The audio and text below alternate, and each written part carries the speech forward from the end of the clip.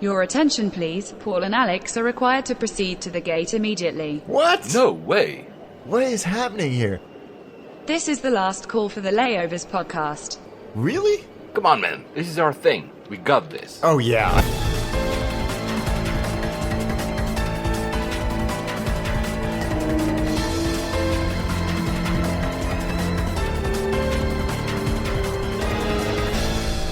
And we made it. Of course, geeks. Flight 782 to Chicago. That is a great city. I know. You know, man, I used to live there briefly when I was almost a kid. I must have been 12 years old. And that's probably also the last time I actually visited the airport. ORD. Yes. There's multiple airports, right? Yes, that's a hell of an airport, which we'll get into. But it's such a great city. And I hadn't been, like you, in a long, long time until last year. And I just rediscovered it and fell in love with it. And I think, and this is a very controversial statement, I think it's my favorite city in America that I've been to right now. Oh, at least. Wow. Yeah. Wow. I just dig it. When I was younger, I would always tell if I were to move to the US, I would be either New York or Chicago. These are my two places. They're different, right? I'm not saying they're the same, different. but I feel great in them. Yeah, me too. Great city. We had a request actually to do Oslo because you've been there. We'll talk about that as well. It was an iTunes review, 5 stars. Thank you so much, from Dark Cho 85. I don't know if I pronounced that correctly. I mean, these iTunes usernames. I know, they're so funny. You can glean literally nothing from them. Great podcast about almost everything in aviation. The chemistry is great. Topics interesting and the knowledge is superb. Keep it up, guys. Best regards from Norway. And he asked, I assuming is a he, will you do an episode with Oslo? We did it actually in episode 32, but we'll do it again, obviously, because now we're starting to revisiting some of the airports, and also because we're starting to run out of airports. I think I flew to approximately 100 airports in my life, so we still have like airports to do. But when we go to one, we'd like to revisit because we might have new things to say, and also airports are living organisms. They change. Well, absolutely. I think that's the key. I have a few coming up that I've never been to before, but for a while there, I was revisiting old ground, which is fine. There's just not much to talk about. I'm actually very excited to a few ones that you are going to visit for the first time, but I've never been. So it'll be an interesting experience. And I'll mention, for instance, Singapore, where I was literally a week ago, and it's changing. These airports are changing super fast. Of course, Singapore, we know it's one of the best in the world, and it keeps getting better. You're like, what? Yeah.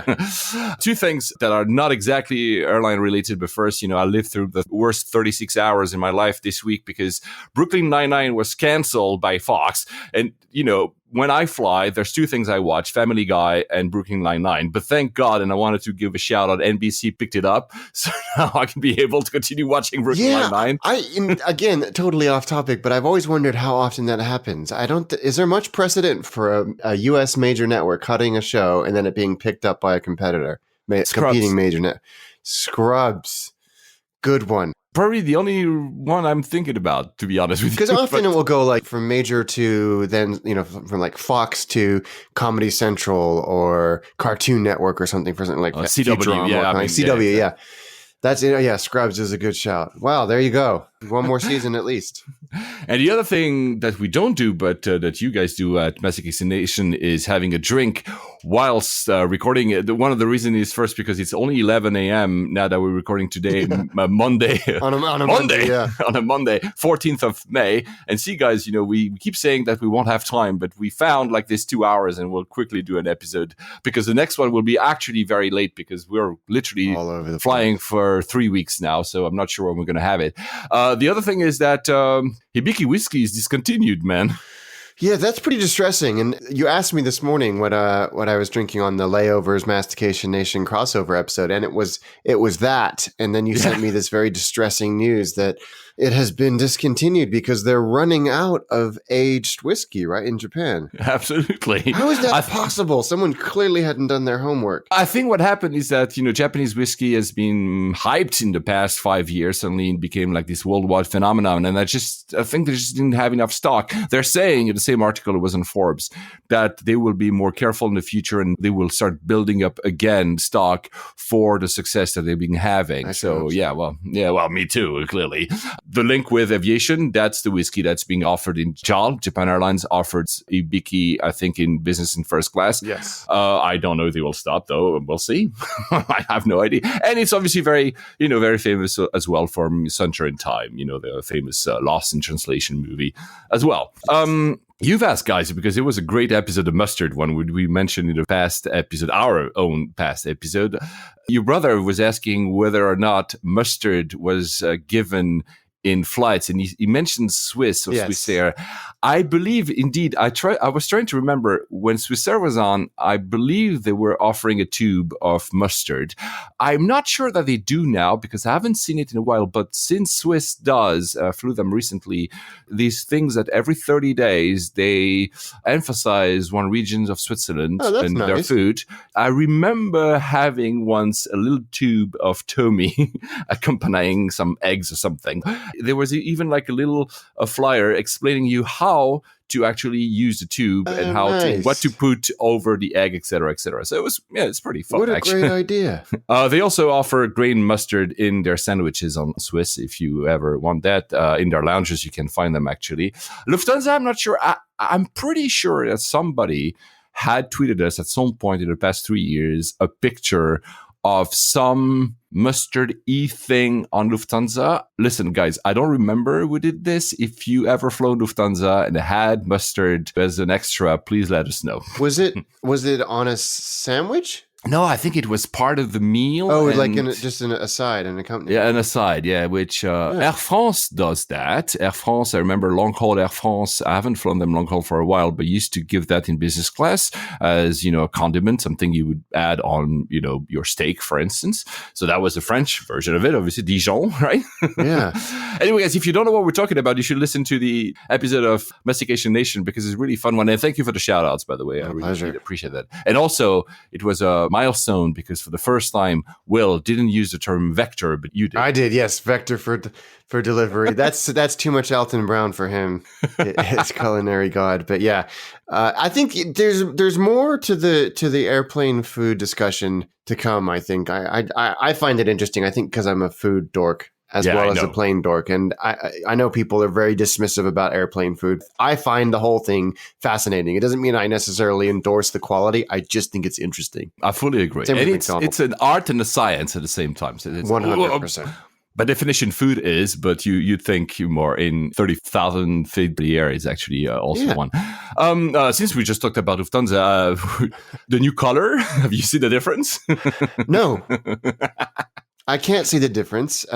You sent me a picture of the book because they did this. We talked about this, I think, 3 or 4 episodes ago. They'd done the rebranding and then they paused very sensibly to evaluate it and said the quote unquote blue looked a little bit black in certain lights. So they tweaked it.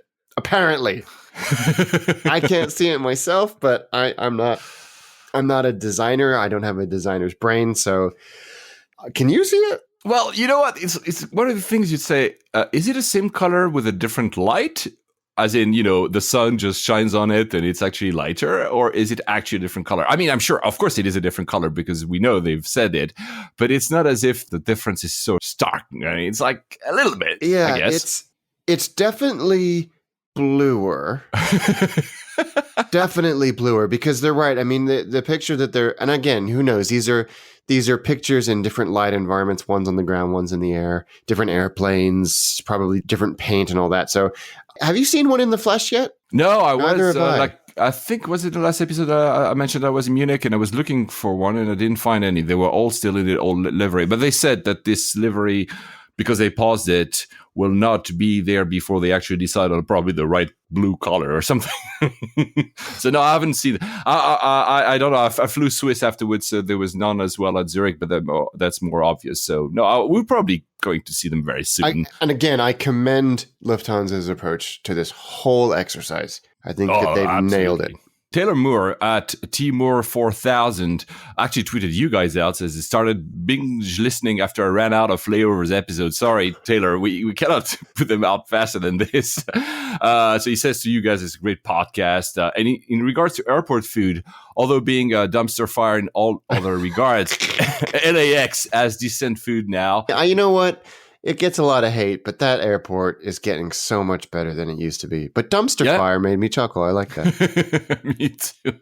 Oh, since we're on that, you still are offering a signed copy for the book. Yes. The Attaché Travel book. And I know that you're giving parts of the proceedings to the Nolan Trust. Yes. People can find, of course, simply by following you, Cube Dweller, on Twitter. Yep. Or attachétravel.net is where you can find the books. And if you use the promo code Layovers, there's a cheeky little discount in it for you. But yeah, we give 25% of the price of the signed copy to the Anthony Nolan Trust, who match stem cell donors with people that need a stem cell transplant. So they do good work. So thank you for mentioning that. I appreciate it. No, of course. And I'll keep mentioning it because I think it's actually a worth enterprise. Still on Mastication Nation, I don't want to talk about food all the time, but there was I think your brother was mentioning something very interesting about the distribution of beers, right? And Greg McCormick, was it him that mentioned that Betsy is actually no more, that the beer from Cathay Pacific has actually stopped? It's such a shame. Yeah, Craig is a brewer himself, and so has his ear in that network, as it were, and has heard that it's no more. And as you said on Twitter, they did say from the beginning that it was a limited edition thing. But I think the reception that it received, it could have been, this is a gimmick and this beer is crap, because people generally are quite snobby about their beer, but it was incredibly well received. It feels like one of those things that you just go large with. It becomes another point of exposure. Maybe there's still some stock somewhere. Probably they're not giving them out in air. That's the pity, because that's actually where it actually is good, right? Yeah, exactly. It really was a very good beer. So I am sad to hear. I'm glad I have a bottle up on my shelf unopened, which I think I'm just going to keep. I only have the coaster. I don't have a coaster. They gave it to me when they served it to me last year in Cathay Pacific. Oh, I'm an idiot. I should have grabbed it. But I didn't keep the bottle because I didn't have room for it. But yeah, and it was empty anyway. I just undrunked it. Yeah. Other things that happen, because not only the world of aviation goes fast, as you keep saying, Alex, but also the world goes fast. And in 2 weeks, it's amazing what happened. First, suddenly we went from a state of war to a peace agreement in Korea. I mean, of course, it's still ongoing. I'm not saying here that everything is settled, but actually, the ICAO has received a request from the North Korean government to open routes between Pyongyang and Seoul. That's incredible. Yeah, it is, right? It goes so fast. I mean, again, we don't know, but I mean, I want to be an optimist. I want to be hopeful, and I hope that this, no matter where it goes, that there's peaceful relationship. And yeah, remember, Tony Tyler used to say that, the airline industry is a force for good. Yeah, because people travel to meet each other and they become less aggressive. So I really hope that it happens. I do too. And I read recently that there's discussions in place now to open up the airspace as well. They want people to come in and modernize the infrastructure so they can reopen the airspace for overflight as well, which would change quite a lot. And also for Korean Air, because as I told you guys, when I flew Korean Air from Seoul to London, you could see on the moving map that the flight was clearly avoiding North Korean airspace. Exactly. Because Incheon, if you guys don't know, just look it up on Google Maps. It's very, very close to the border, actually. So they had to do like this massive turn to kind of avoid. That would solve some issues for them and also have a more direct route back to Europe. That's great. That's great. I watched with bated breath bated breath and optimism. It can be both. Trump will meet Kim in Singapore on June 12th. The interesting bit is, why Singapore? So obviously Singapore, a bit like Switzerland, is this very stable place and offers good services, etc. But also there was concerns on how far could the private plane for the government of North Korea actually fly to. What is it? I don't know. It's some kind of Russian thing, I guess. Probably an Air Koryo. They couldn't do it in Geneva. Yeah, exactly. That would not be possible. Although, didn't Kim Jong-un go to boarding school in Geneva? Or in Switzerland? Yes, in Switzerland. I think in Switzerland, I think in the French part, there's a lot of boarding schools right there. So yeah, that's where he grew up partially, indeed. His father, you remember, he was afraid of flying. Yeah, so he took a train everywhere. Yeah, he would go with a train to Moscow, It's like crazy. At least the son, for all the wrongs he did, at least he's flying. So, and you know what? I still want to fly Air Korea. Me too. And I think we're much more likely now, it sounds like. Exactly. Absolutely. On the opposite end, Trump pulled back from the deal in Iran. Again, here not to talk about politics, but the big hit here is Boeing, because Boeing was signing a deal with Iran Air to provide them with aircrafts. Yeah. And suddenly that could change the game, not because of they would be prohibited from doing so, but because there won't be guarantors. They have this bank, the Export-Import Bank in the US that supports, including the sales of aircraft that's being used. Europe is the same. There's many countries have a similar type of credit lines. Well, that bank would not guarantee anymore that deal, which means that suddenly it could be opening the door to Airbus. Yeah, and I think that there was some licensing or some license was rescinded by Iran as well for Boeing to complete that deal. So, and there was scrutiny over Airbus as well, I think, which is one of the many reasons why Europe said, no, we'd really like to keep this deal in place. So it's complicated, but you're right. Boeing have felt, I think what was the book value of that order? $38 billion? That was something massive. Like that. It was huge. And of course, they didn't pay $38 billion, but that's a lot of money. So it will be very interesting to see where we end up with this politically and from an aviation perspective. And obviously, so the stock of Boeing went down after the announcement. The stock of Northrop and Lockheed went up because, they do fighter jets. Yeah, anyway. But, it could be the art of the deal. It could be like similar to North Korea. They say nothing is working anymore to push to make peace. Let's hope so. We'll see where that goes indeed. Another thing that happened whilst we were not recording was May the 4th. That became this Star Wars day every year. And Heathrow did something so cool. They did for such a staid environment. This was delightful. They had on their boards, at least at T5, maybe in other terminals as well, they had a departure boards with included flights to Tatooine, Camino, Jakku, Endor, etc. Alderaan, of course, was canceled because it doesn't exist anymore. It was clever. so good. Of course, the flight numbers were the R2-T2, C-3PO, BB-8, Wookiee with the I being 1. Good marketing and good fun. Yeah, it was a really nice touch, and it did exactly what they wanted it to do, and it went, and I hate this word, viral, and people got a real kick out of it. It did really, really good idea. I love the flight for the Death Star. Allow extra time for boarding, possibly a trap. Yeah, I didn't see that one. That's actually pretty fun. So yeah, kudos Heathrow because it was really, really cool. Talking about science fiction stuff, I don't know if you've seen, because, Airbus is doing some type of flying taxi, flying personal drone, whatever. Yeah. And Uber just released their designs for their, I will call them spaceports, because they want to not only offer that kind of transportation model, but also they would like to build literally spaceports. You look at this, do you really think that one day we'll have massive skyscrapers where you can simply go and hop on with these things and go to, I don't know, man. I don't know either, but the last month of with everything that's happened with Korea and Iran has taught me to never say never. So yeah, absolutely. Who knows? Probably. Who knows? Well, I hope so. It would be fun to live in science fiction. It's just, and some of the designs, because they did a competition and architecture firms came up with designs. Some of them are actually pretty cool. Actually, they really look like spaceports. Yeah. Like you would board to the Death Star. Actually, talking about something that we wish was science fiction, but is not.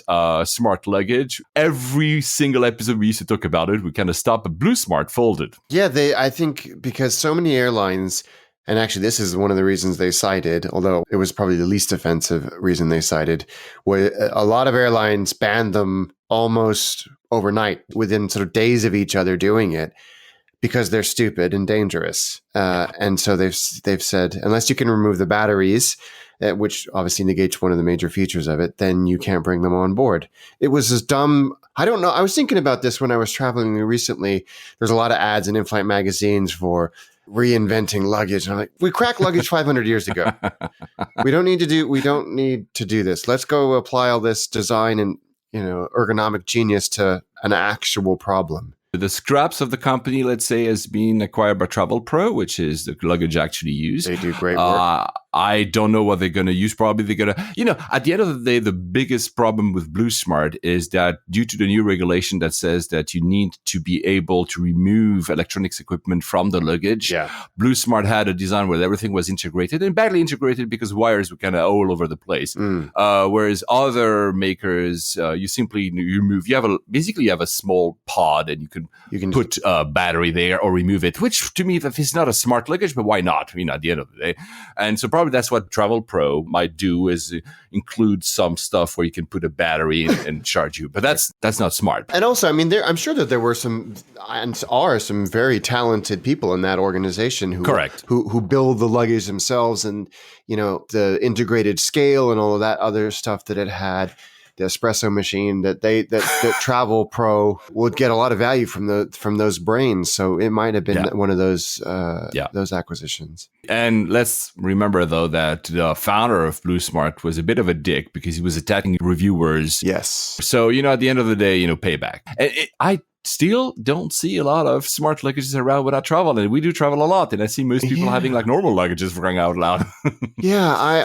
I'm skeptical that we can take luggage to the future any more than we already have. Science fiction is also what probably some of the unions at Air France are thinking, because they are striking literally every 3 days. It's really bad right now. So, the cliches that France strikes all the time, to a certain extent, it's true. So the railway in France, SNCF, hasn't seen a single year since 1956 without a strike. What? So, yeah, they do. That's an extraordinary statistic.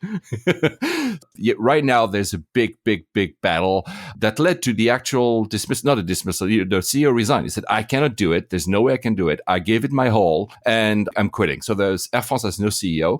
The numbers, if you look at the Air France KLM group, are okay, but the good numbers come from actually KLM and some of the subsidiaries like HOP and Transavia. Air France itself is not doing that great. The crew wants more money, which again, I understand in a more selfish way. The pilots who are already being paid, I think, 250,000 euros a year, which I'm not saying it's, they should be paid less, but that they're also asking for 7% or 5%, I remember, a raise.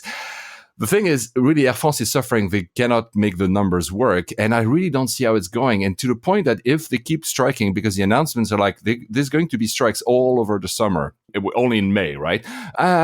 Some people even say that Air France could actually go bankrupt over this. There were a lot of articles in some of the respected business journals that were basically saying the writing is on the wall and Air France could be one of the biggest airline casualties since the sort of Pan Am and TWA days.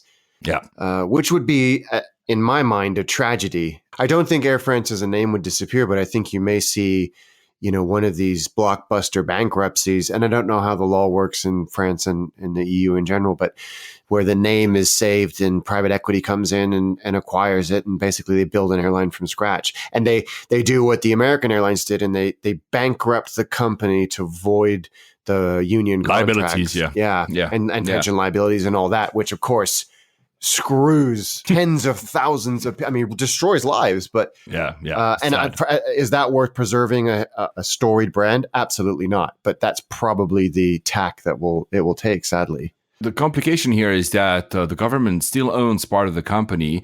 Macron the president of France, wants to kind of rejuvenate the French economy. And they very bluntly said that this time there's no saving. This time the government will not intervene and put money. First of all, they can't put money that easily because of European rules for competition. But anyway, they say they won't do anything. Okay, so who's going to buy it? IAG or the ME3? The or Chinese? Delta. Or the Chinese. Yeah, Hainan. Well, the Hainan group aren't they just riddled with debt? Yeah, I think they expanded way too quickly, way too crazily, and, everything financed by debt. And I think that's hitting their back. Yeah. Not to say another word, right? Staying in Europe, Airbus, we were a bit both sad about this. We were not surprised, though. Airbus has announced that the Bombardier C series will be renamed. It's going to be the A200, for crying out loud. Yeah, we did kind of assume that was going to happen.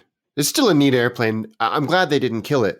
It's a nice addition to their portfolio because they're smaller capacity. Yeah, they don't have anything like that, do they? Exactly. So this is well below the A320, A319, 20, and 21. So it's perfect. But some people were not expected that they would actually change the name altogether, but it makes sense probably on a, marketing. So it's one brand of aircraft. So, I just saw, I was in Zurich last week going to Athens, and I saw for the first time 300 Swiss. They have now more 300s than 100s because they converted some of the orders. And the plane looks really cool. Sadly, it was not the one I was on. I was on a 321. I was like, I really want to go. I really want to try it. I'm wondering, will the old ones, so the ones that have been delivered, also be renamed? I was just thinking that when they have one of their heavy checks, will they just apply a new decal? That probably. Probably, yeah, at the end of the day. Which raises the question, what will Boeing do with Embraer? Well, I think that even makes it more likely that they'll suddenly be what would they be? Exactly, because that's the thing. The 717 was already the MD whatever, The that was a 8X, rebrand, yeah. which is actually highly in demand. There's only like less than 100 717s, but they're really fighting over that aircraft. So Embraer, maybe they'll just call them Boeing E-Jets, or maybe. It's hard to imagine them, although they'll have to do it eventually, going to the Boeing 800 series. Yeah, but that's the thing. I was thinking the same thing. At one point, they were running out of numbers with the 7, right? So what did they do? They could rename something with 717, though, or 707, and they could do it. I don't know. Yeah, it'll be interesting to see what they do. Talking about the 747, Qantas is announcing that they will retire the last one by 2020. Oh, well, what can we do? That's, what I have to say? I was flying out of T5, I don't know what I was on, a small regional A319 or A320, and we turned around the corner at a window seat, obviously. It was sort of maybe 8 o'clock in the morning, and there was a 747 waiting for us to pull out, and it looked like a lion just waiting majestically in the morning sun. I know it sounds nerdy, but I wasn't expecting it. And just seeing it there, like, yeah, that's a cool plane. That's a cool plane. It is. It still is. The 380 is not as cool. I mean, we love it, but it's true that in terms of watching it, it's really massive. Looks like a whale or something. Yeah. So in keeping with that whale tradition, ANA just released their designs for the 380s they're going to get. So these are planes they're going to use exclusively to go to Hawaii, which is a very popular destination for honeymoons in Japan. The livery will be a fish in 3 different colors. One, I think, is blue. The one is turquoise or whatever. Yeah. And the last one is orange. And they have names that mean, if I remember, one means ocean. That's, I think, the green one. Turquoise is ocean. The orange one, I think, means sunset. And the first one means sky. But it's really cool. They're very joyful planes. They look beautiful. The orange one especially is very striking. So Lani, Kai, and Kala. I'm sorry, I weigh in French because I have no idea how to pronounce it. It's also very nice that they would use terms from Hawaii and not Japanese terms to brand those. I find it a very nice touch. I wonder, 3 A380s on that route is pretty amazing. I wonder if we'll see them occasionally in places like Hong Kong or other short-ish haul but high density routes. I mean, Japan obviously is famous for its need for high density routes, but these aren't configured as high density airplanes. No, because they have on the upper deck, there's a first class with a bar in front. Of course, the bar, because, in front, you cannot put seats at some point. That's where Emirates puts their showers and whatever.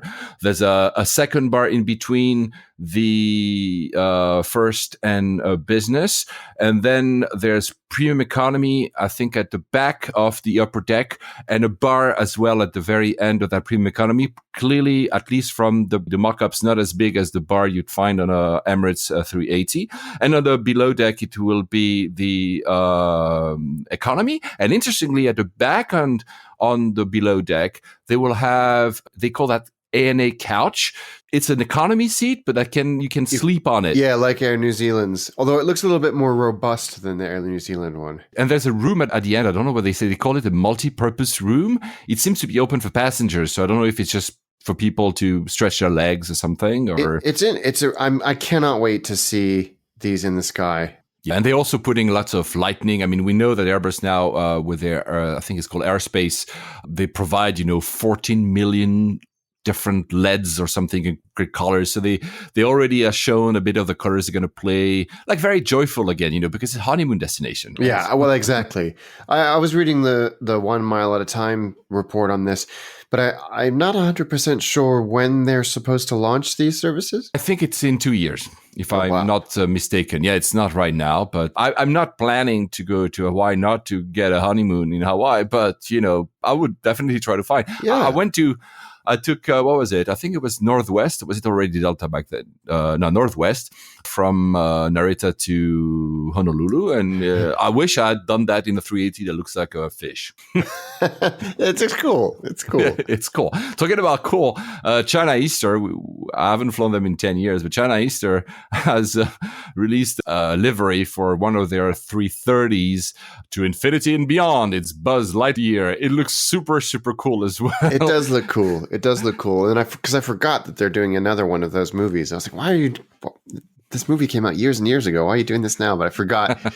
They've got Disneyland there, of course, and they've got a new movie coming out eventually. I don't know when. The interior as well is very playful because it's mostly a play with the cushions, and it's not as if the seats are just blue, but it's joyful, it's fun. I enjoy that. It shows that of course they had to pay licensing rights and everything, but it shows that you don't have to always go full crazy on every single item in the aircraft to make it fun. Sometimes it's just about do something with Buzz Lightyear. Yeah, well. Exactly. Since we're in China, Guangzhou just opened a new terminal. It's absolutely, absolutely huge. They say that's Terminal 2, capacity of 45 million people. Holy crap. Yeah, 339 check-in counters. The scale of China for me is just baffling. Yeah, I think they're being very sensible about this because they know that the demand is growing exponentially and will continue to grow. So you might as well, to the best you can, future-proof your airport infrastructure. I want to see these airports. Yeah, me too. I really want to see them because they look really massive. So talking about going to Asia, the Icelandic airline will open routes to Asia. That's what the CEO said. I find it a bit surprising because flying to first Iceland to go to China seems a bit counterintuitive. From the US first to Iceland to then China seems completely counterintuitive. Yeah, so, but they want to open 14 routes, apparently. That's what they say. Yeah. And trying to be that DXB, that Dubai in the north of the Atlantic. There's two things. Strategy. Geography, like I just said, is not as easy. But second, I don't know if you've been recently to Reykjavik, KEF. It's constraint. So I don't know how you add all these people transiting there. They will have to triple the size of the airport. They really want to become a Dubai of the North. Yeah, because they were talking about not just China, but India as well, some routes there. And I know that Helsinki, its northernness has been the key to Finnair's strategy of serving Asia because Helsinki to somewhere like Shanghai or Tokyo is actually not that far relatively because you're going across the top of the globe. The pole route, yeah. So maybe there's something there. I don't know, but it's an aggressive strategy. Clearly, there's money to be made there because the fares, even out of London to Asia, are still competitive. So and Scoot has obviously come in and a few other low-cost carriers. So it'll be interesting to see how this actually plays out. I hope they do it. I hope they succeed. But it's true that to entice me to go first to Iceland, to then go to, it's 3 hours from London, to they go to Asia, whereas I have, Helsinki just mentioned is very well placed and actually a very big part of now the One World strategy. Or Norwegian that is opening routes directly to Singapore. It will have to be a very good price to, entice people to do that. Yeah. And there's the challenge is with long haul. Yes, the sticker fare may be very attractive, but then bag fees, meals, seat selection, all that, it adds up, and people are becoming wise to that. So I flew to Singapore. We already talked about Singapore so many times. I'll try to be short, and I flew again with Emirates. Did via Dubai, and then I had to go to work to Dubai. So I was seeing when I landed there that jewel, that new. It's not a terminal because it's a thing that will link all the terminals besides maybe T4. It will be like a shopping destination. There will be like 100,000 trees, and there'll be a waterfall from 40 meters. In the right. It's like a free falling waterfall, right? That's not coming off Absolutely. the edge of something. Yeah, that's going to be spectacular and probably Spectacular. quite noisy. Yeah, I'm wondering about that as well. And I think they will do projections of images on this waterfall because they will act as some kind of screen, obviously. There's been a video, I think Peter Johnson on Facebook shared it with me first. There's an article on the Straits Times as well that shows mock-ups and where the construction is sitting at now. It's opening next year, 2019. And you said it's like they're trying to tell us how shit all the other airports are. Yeah, they're like, this is how good you could have it. It's really crazy. Anyway, I'm looking forward next year. I don't know which month it's going to open, but clearly all the panels that we know, the windows, I think that were specially made in the US or something, have been installed. They were like clearly done. So from the outside, it looks done. Of course, the inside is still a few months off. I don't know how it's going to work, how you're going to connect with it, because it sits right in the middle, around all where, you would stop and having pick up and drop off, probably underground tunnels. I don't know. We'll see. So, yeah.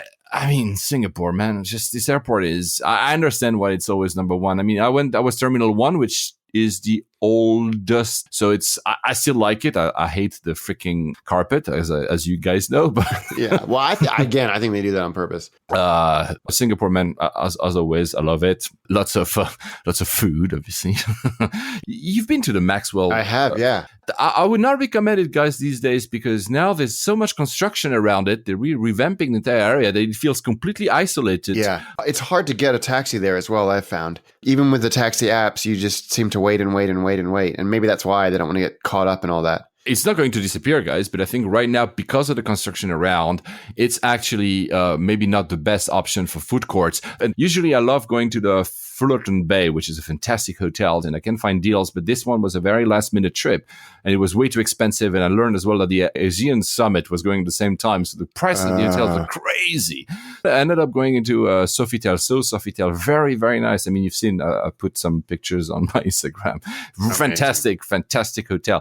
And next door is a Lau Pa Sat food court. I've never been to that place. 10 years ago, correlating with Maxwell, 10 years ago, there was almost no skyscrapers around it. There was a little bit of construction.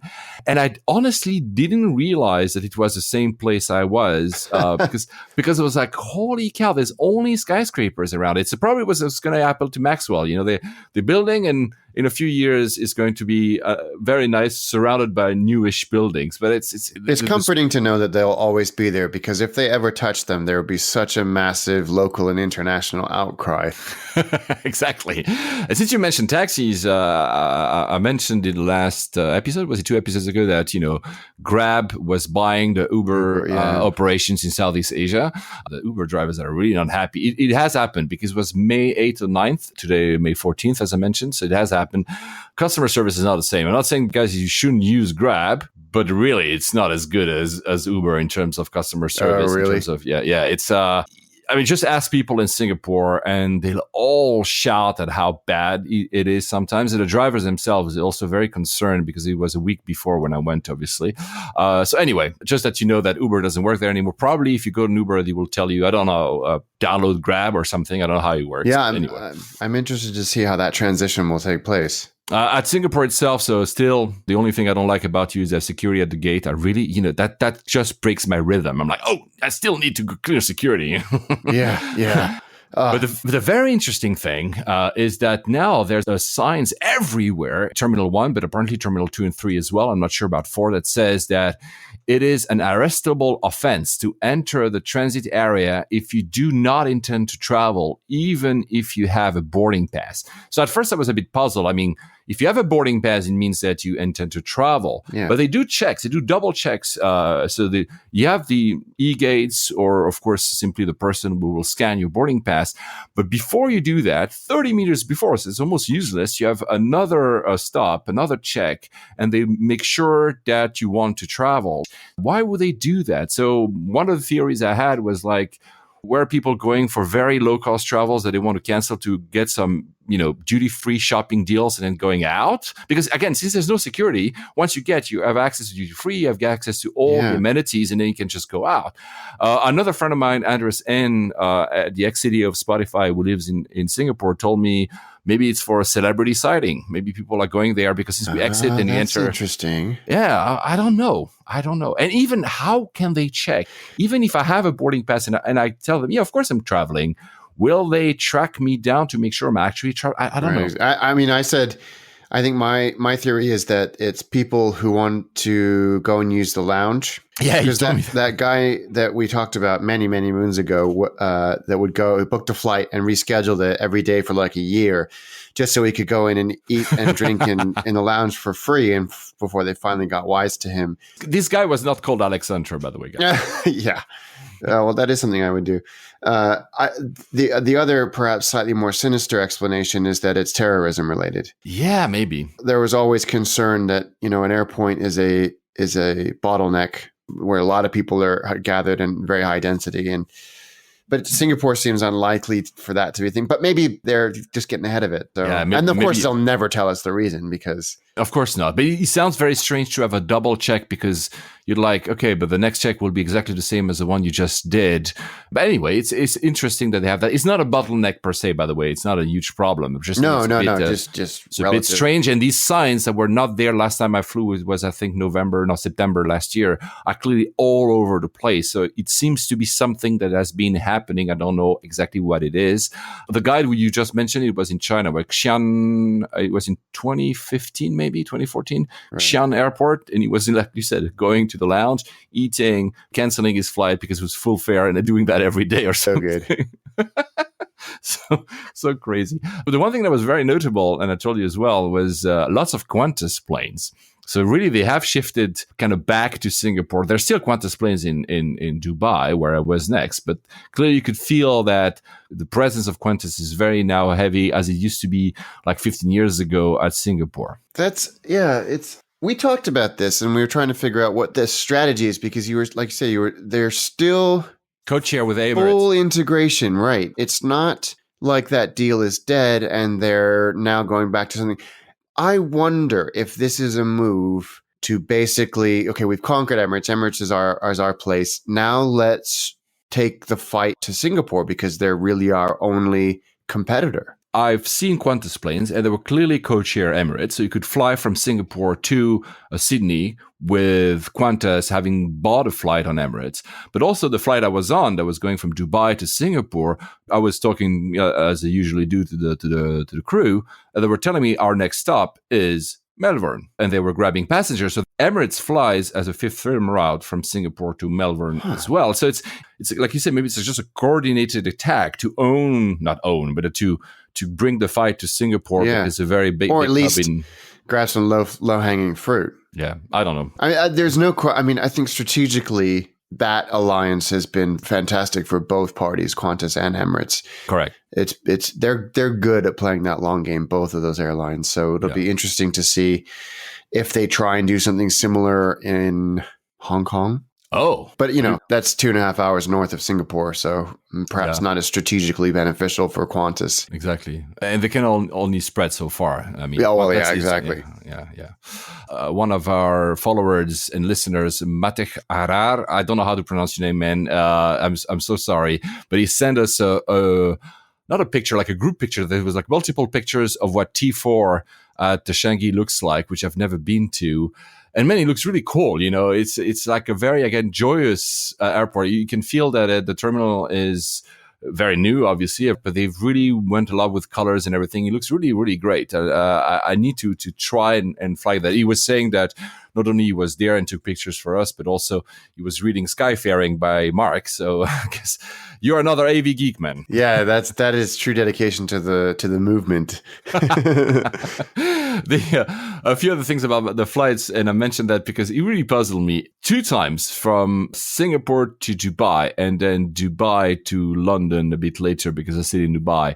Both times I received a different amenity kit from Bulgaria again. So that's what, like 6 now. 6 variations in the wild. Yes. I wonder if they ship them or if they assemble them in a different, like they have a few places where they warehouse them, and they're just who knows. So I've looked because I was really puzzled. I said, this cannot be. Why is it happening? There's been a press release by Emirates, but 2015, so it's 3 years ago, when they say that they will be releasing 18 different, if I'm not mistaken, it's 18, maybe 16 different Bulgari amenity kits. But the ones they put on pictures there are the old ones, the brown ones. Yeah. So simply maybe they continued with that. It's like an Easter egg hunt or something. We have like a variation and it's randomized. And if you're lucky like me, because I've been flying a lot of Emirates and I'm flying again at the end of the week, maybe I'll get other ones as well. So at least maybe that's simply that. Maybe they just wanted to make like a good marketing thing and offering you like different amenity kits. I think that makes a lot of sense because they are highly desirable things. I mean, they're very, very nicely done. Yeah, they are. I've kept them all, actually. Yeah, now what I do, because I tend to have too much stuff, to be frank, I empty them and I keep only the... First of all, I don't need a comb. I'm bald. Yeah. But also, there's a few things I don't, I have like 25 million Bulgari eye cream or something. I'm like, at the end of the day, I don't need them. So I now, to save space, I usually keep only the actual kit, the box. Which they're very nice. Interestingly, as always, it's a very good marketing, by the way. When you enter Emirates and you put your headphones on, the first thing it's autoplay is that radio channel, which is kind of a podcast. It's great because they had like first the head of the tourism board of Dubai, so they explain you what they do. I mean, in terms of pure marketing, it's brilliant. Yeah, it is good. It is good. And I was lucky. It was again the time from Tim Clark to be on this podcast, this channel, interviewed by, I don't remember his name. He's a very good interviewer. He is good. And there's a few things that I learned that were really good. So first, he mentioned that all the 772s will be reconfigured in 2 class. We mentioned that a few episodes ago. He says why they bought the Dreamliners. He said they retired the 332s, the 345s, and they are retiring some of the 777-200s. And so they need something smaller. So he admits that, they also need for some routes something a bit smaller, and they're very happy with buying them. He mentioned that there's clearly an integration with Fly Dubai, because now on some medium route, you might be flying Fly Dubai. You'll be warned about it. It's not as if, you'd think you fly Emirates Metal, but that the integration will be there. You'll be able to do it and earn miles and everything. So it's a close integration. And the most interesting thing probably that we knew was coming, they're introducing premium economy. Yes. Yeah, that's going to be very interesting because it will be very good. Probably. They already know where it is. That's an interesting thing. So it's not going to come before 2020, I think.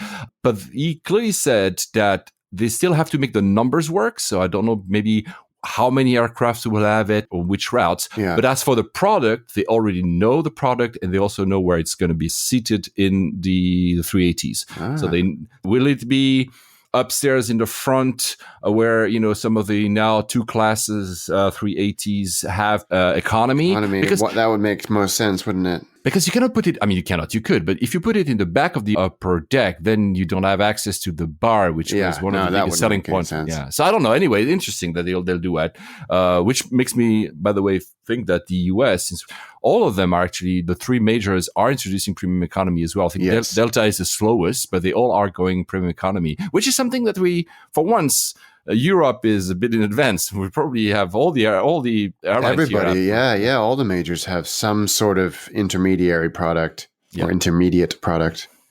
He also says 2 things about the future of air travel, Alex. One is that he doesn't believe that he will see supersonic flight in his lifetime. Okay, he's older than us, but he says he's not sure that the economics will work in the short term. Although he said he would be glad to have a 380 doing Dubai-Sydney 3 hours. Yeah, so wouldn't we all? Yeah, exactly. He's also unsure, and that I agree with him as well, about the planes going full electric. He says, that's also a long way out before they can have enough, carry enough power to sustain a 7 hours flight. I'm much more skeptical about, not skeptical, that's not the right word. I think realistic in long term about electric than I am about supersonic. I think we will see supersonic flight in our lifetime. It's possible. Concorde has done it. It's just the economics of it that needs to be now needs to be redone. But I think it's totally, of course, feasible. So we'll see. I do too. And the last one that you will hate that he said he's just questioning. He's not saying it's going to happen, but he says that since the technology of virtual windows is so good, and we know they have them in first class, in their newer first class, that you can fly from Stansted in June and Geneva and Brussels right now. He says that, well, you know what? Removing the windows altogether is not maybe a bad idea because it actually reduces the weight of the aircraft, augments the air penetration, so the slimness of the profile of the aircraft, and you can probably offer a very, very similar experience by using virtual windows, and that is something that could actually work. He says also that if you don't have windows, aircraft will probably be able to fly higher, less, air, so thus faster, and probably also less fuel consumption. He's not saying it's going to happen, but he's saying it's something that we should think about. Yeah, exactly. Well, I mean, I'd say no, but I haven't flown with the virtual windows. I may say this is amazing, or I may say hell no. There is something. I'll tell you this very quickly. I flew a full motion simulator, Cathay 777-200 years ago, and we were shooting the Kai-Tak approach, and we did it once, landed, and then it reset. So you fly and you're landed and you're sitting at the end of the runway, and all of a sudden, and it's a very realistic experience, obviously, we click and you're back at 3,000 feet doing 200 knots. That was really disconcerting feeling. Wow. So if you can imagine the monitor, like the APU switches, and all of a sudden the monitor flickers, and what you think is reality, you are reminded in a very jarring manner is not. Yeah, no, indeed. Oh, wow. I don't know, man. I mean, for us, maybe because we've been used to have windows, we will never get used to it. I don't know. Bro, that's a very, very good point. There may be a generation that goes, it is what it is. Yeah, maybe they also go into hyperloops, these things that go underground. Yeah, that's true. That's true. And they will also have no windows and also virtual things that appear. I don't know. I'm still saying that Emirates maybe and some of the traditional airlines, but Ryanair and Southwest will have advertising just there, and I just don't want to see that. No, someone will, and then someone will figure out how to hack it. Oh, we need to reset the virtual windows the way they reset, your IFE. Yeah. Sorry, you're being like in full darkness for 30 minutes. It would just be, the blue screen of death. Because it's Windows XE and it's not. No, thank you. Tete Anders on Facebook has told us, and she's right, I should have mentioned it, that she said, I heard you talked about how to get to Abu Dhabi flying with Emirates and not Etihad, and says you can book a free bus service. And it's true. If you put even the destination as Abu Dhabi in Emirates booking system, we will offer you a flight to Dubai and then automatically offer you a bus service. Quite cool. To Abu Dhabi. Of course, if you're in business class or in first class and you have access to the chauffeur drive service, Abu Dhabi is within the limits of what they do, so you can use that. But otherwise, it's a free bus service. And I could do it because I said I want to see the Louvre there. Depending on traffic, it could be an hour and 10 minutes drive or 4 hours. Yeah, right? yeah. God, yeah. But I mean, you can do it. So there you go. So since we're in the US and still about Emirates, the US had announced they had made a deal with Qatar about, opening their books and applying like international standards of accounting. Well, the same deal is seemingly happening with both Etihad and Emirates, which have promised the same. Yeah, it'll be very interesting to see what that yields. I think it will have given all the parties involved enough time to paint a picture, if you will, of exactly what they want the world to know. But I think this was an elegant, everybody saves face way of putting this whole thing to bed. Yeah, exactly. So everybody kind of wins. There's no clause in these agreements to say that Etihad, Etihad is not doing that well, but at least Emirates, there's no clause that forbids them to increase routes to the US, but we know that they kind of said they won't. Yeah. So no more fifth freedom for the moment. So besides Athens and Milan, there's nothing coming up. Ugh. So, as well, indeed. I might actually do the Athens one soon. I hope so. It will be actually before we record next because it will be in that 3 weeks. Oh, there's no clause, but again, I think it's more like a gentleman's agreement.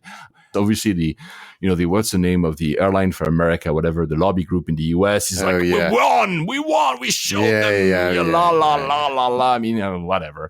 Anyway, Chris Grow whom we will invite soon on who runs runway.vc, which is both an organization that helps airlines and the air travel industry innovate, but also runs a podcast.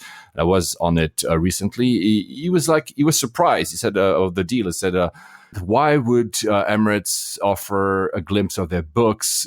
Because probably, and I was saying like you think not only you can show whatever you want to show, but I also probably think that Emirates actually there's nothing that much to hide anyway. So yeah, well, exactly. And I think also, I mean, as we just said with the whole Sydney Qantas thing, Emirates are not stupid. This was clearly a good deal for them to put, it was even if they think / know that they're right, this was easier and better than fighting it. And probably, when Trump visited the Middle East and afterwards everything happened, the blockade of Qatar, the new kind of direction in Saudi Arabia, and of course UAE being closed, all this was probably already let's find a gentleman's agreement. Everybody kind of save face. Everybody's a bit happy. There's a small win for everyone. Yeah. And that's because I believe, especially for the US and the airline industry in the US, the big question mark, the big player now is China. It's no more the ME3. So probably they want to go and focus on China. Yes, absolutely. Absolutely. So I hope this is the end of this petty back and forthery, but we'll see. Yeah. Though one thing to mention, interestingly, one of the biggest complaints, and it was from all the other airlines about DXB, was that DXB's rules from fees, landing fees, were saying that you had a different type of landing fee if you were just connecting than if you were actually landing. So obviously all the others were simply landing. So British Airways lands in Dubai, that's your final destination. Yeah. Most of the passengers from Emirates were transiting, making Dubai cheaper for them. And apparently they will kind of level that. I don't know. That's what I heard. So that's probably one of the little things they gave in order to have this, again, win-win. Fair enough, I guess. Yeah, I guess, at the end of the day, I believe, I don't know, your father would probably know that better, but I believe that this industry is pretty small at the end of the day. So everybody kind of knows exactly what tricks the other ones are using. Yeah. Everybody kind of knows as well, because Chris was telling me, so basically Emirates will have to disclose how much they paid for each aircraft. And I'm like, yeah, but in this industry, the kind of discounts, at least roughly, everybody knows. Yeah. It's not as if it's a big secret. No, exactly. And people move from one airline to another in their career, and they do the same role. And yeah, sure. Interestingly, as well, still on Emirates. Sorry to bore you guys about Emirates because I've been flying them a lot, flying them again. Emirates is removing some aircraft from the fleet, and they're storing them at Al Maktoum, DWC. I think there's 11 777s, 1380. That were put aside in April. In May, 14 777s. And in June, so this is going to be next month, they're going to put aside, store 6 A380s. And a lot of people read that as being, well, they have a capacity issue. They're not flying as many people as they used to. Well, in the same podcast and also in the FT, Tim Clark kind of basically gave the answer. He says, we are a tad short on pilots. That's interesting, isn't it? So it's got nothing to do with they don't want to fly or can't fill airplanes. It's they don't have anybody to drive them. Yeah, exactly. And so the article on the FT, Gen Kanai sent it to me, so I want to acknowledge him. It's the Chinese. The Chinese are offering super high salaries. So basically the same thing that the ME3 was doing for the past 10 years against Europe. Well, now the Chinese are poaching. It's funny, right? It is funny. Actually, weird observation. I did 4 flights on BA recently, 3 in one day last week.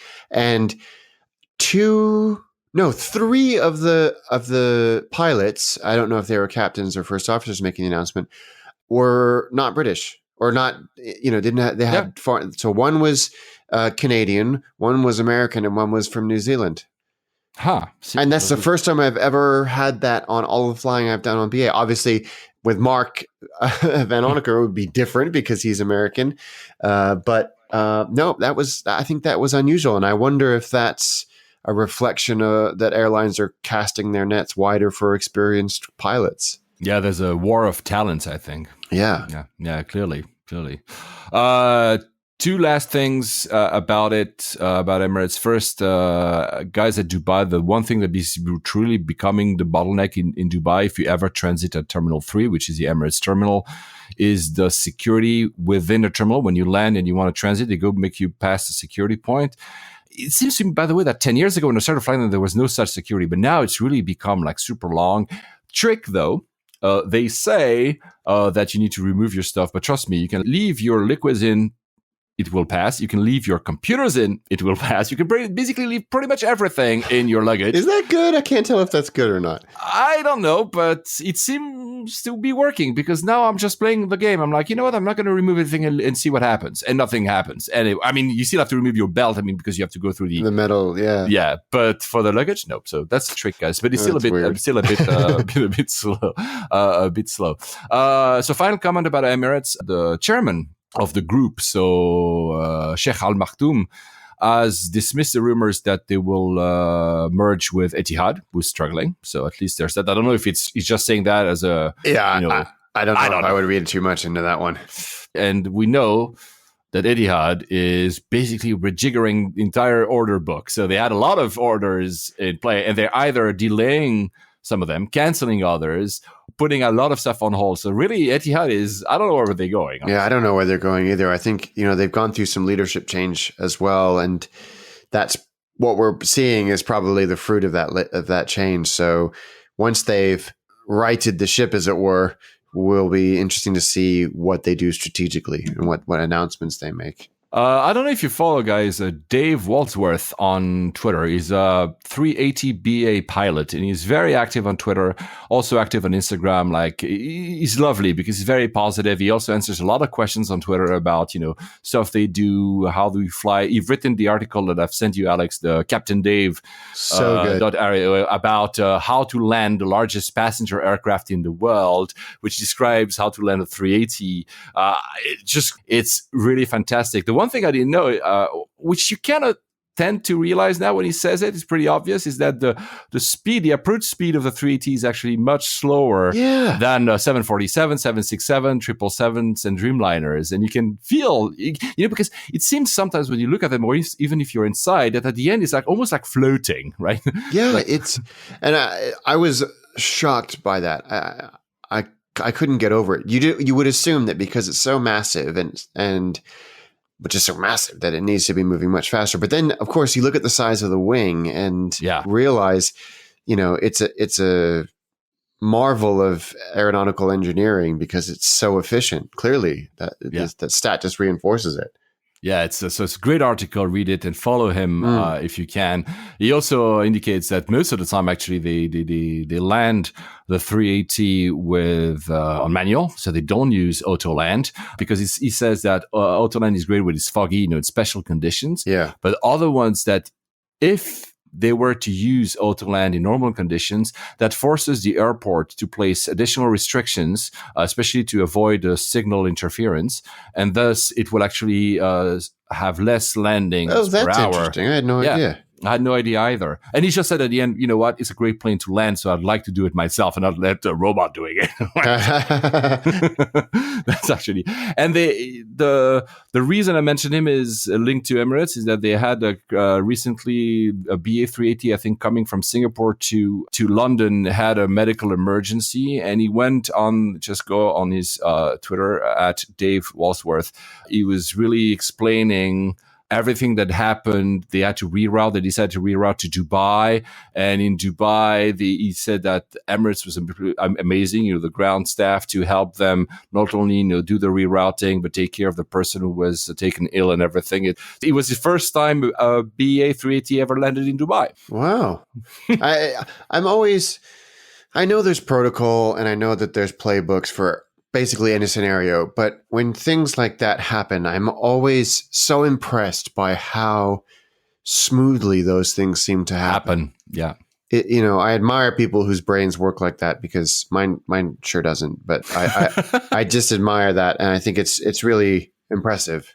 And two things I learned. One was that apparently it's illegal to take pictures at DXB. I mean, I don't know because I've seen so many of them, so I'm really not sure. I'll tell you what, I was hauled into a police station at DXB for doing exactly that. Just a picture of filming? Picture. Wow. Yep. In what, airside? No, I was actually, when you come out of the airport and you're going up towards the metro station, there's like a landing right before you go up the next set of escalators to the platform there. Are you kidding me? Yeah.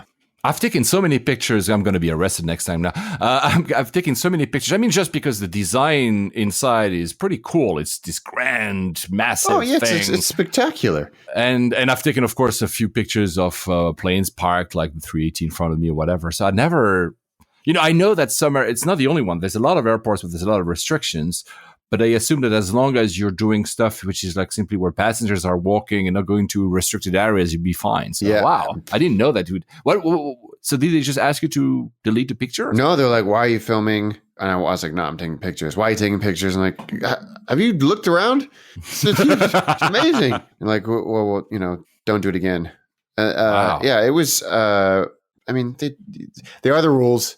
So yeah, no, of course. It is what it is. But yeah, it was an interesting experience. They didn't ask to look at the pictures, nor did they ask me to delete them. Because at the end of the day, they know that so many people take pictures of these things. I mean, I don't know. I'm not taking a judgment here. I'm saying that how can you limit people from taking pictures in an airport? Yeah, I think it was it is what it is. Yeah, it is what it is. Exactly.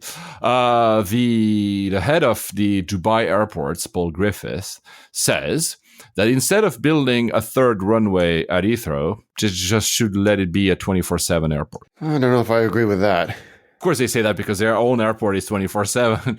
I live on now, kind of hear the planes sometimes when they land, especially when they take off, especially the older ones. I'm not directly, as you guys know, if you've been listening for a long time, as I used to be like right on the landing. But I don't know. I mean, you know what? It's a bit self-serving because when I flew back to London after being in Dubai, I took the first flight out. It's a flight that leaves at 2:30 in the morning to arrive at 7 a.m. in London. And there's nothing else before because obviously the airport is closed. So you have to stay until 2 a.m. in Dubai to be flying back to the UK. Yeah. If the airport was open 24/7, you could leave at, I don't know, like 9 p.m. and land at 2 a.m. or something. And maybe it's self-serving. Maybe it's just saying that to say that. I don't know. Whatever they do, they need to do something quickly. And I flew out of Gatwick a lot in the last couple of weeks, and I like that airport. And God, do they need a second runway as well? Yeah, I agree. Yeah, I fully agree with that. So what you had a lot of flights. The Norwegian, let's put it aside because I want to come a bit later, but you flew to Dublin. Yeah, I did Budapest before Chicago, and that was on BA, and it was fine. The cool thing about Budapest is we chartered a helicopter. Yeah. This wonderful old airport that was the original airport. I think it opened in 1943. Grassfield runway, but they've got a beautiful DC-3 in Malev colors and an Antonov 2, which still flies. And anyway, there's a local flying club there, a flight school, a Soviet era military junkyard. Wow. So this guy just buys these airplanes and keeps them all stacked up, as well as this helicopter company. And they're called Fly for Less, which is a disconcerting name, but they were very, very good. We took up a Eurocopter, and our pilot was ex-Hungarian Air Force attack helicopter pilot. So he also was able to get special dispensation for us to fly 150 feet over the city, which no one else can do. And so we got some pretty spectacular footage zipping along the rooftops of Budapest, because that's closed airspace, but he was able to get it for us. I need to do that. I want to be in that freaking copter once. So cool. So cool. So yeah, I recommend those guys a lot. Fly for Less in Budapest. And it's only like 20-minute taxi ride from the sort of center of Budapest or the Pest side of Budapest, of the river. But yeah, I flew to Dublin and back in a day, and then straight on it to Oslo. And it was my first time doing a transfer in T5. I'd never done that before. I did it from 4 to 3, but never within T5. And it's kind of ingenious the way that they've done it. You come off the airplane and no one checks your boarding pass or anything. You go through this door. There's never a check with Dublin because you have the special agreement between the UK and Ireland, right? You go through immigration at Dublin Airport. London to Dublin, you go through immigration to get into Dublin. And I was traveling on my American passport, so it took flipping ever. That's another story. Yeah, I know. Yeah. And then I came back and into T5 on the 2X gates, which are on the the south side of Terminal 5. And you walk all these corridors, you go through the boarding pass gates, right before you go through to security.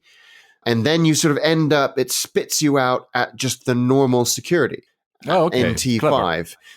You come through this door, which I'm sure we've all looked at a million times, and then you're at security like everybody else, and then you go to your gate. So it was very smooth and very, very easy. I came at a really quiet time. There wasn't much going on, like 6 o'clock at night, and then flew up to Oslo. But I have to say this. I think it's important to get this on record.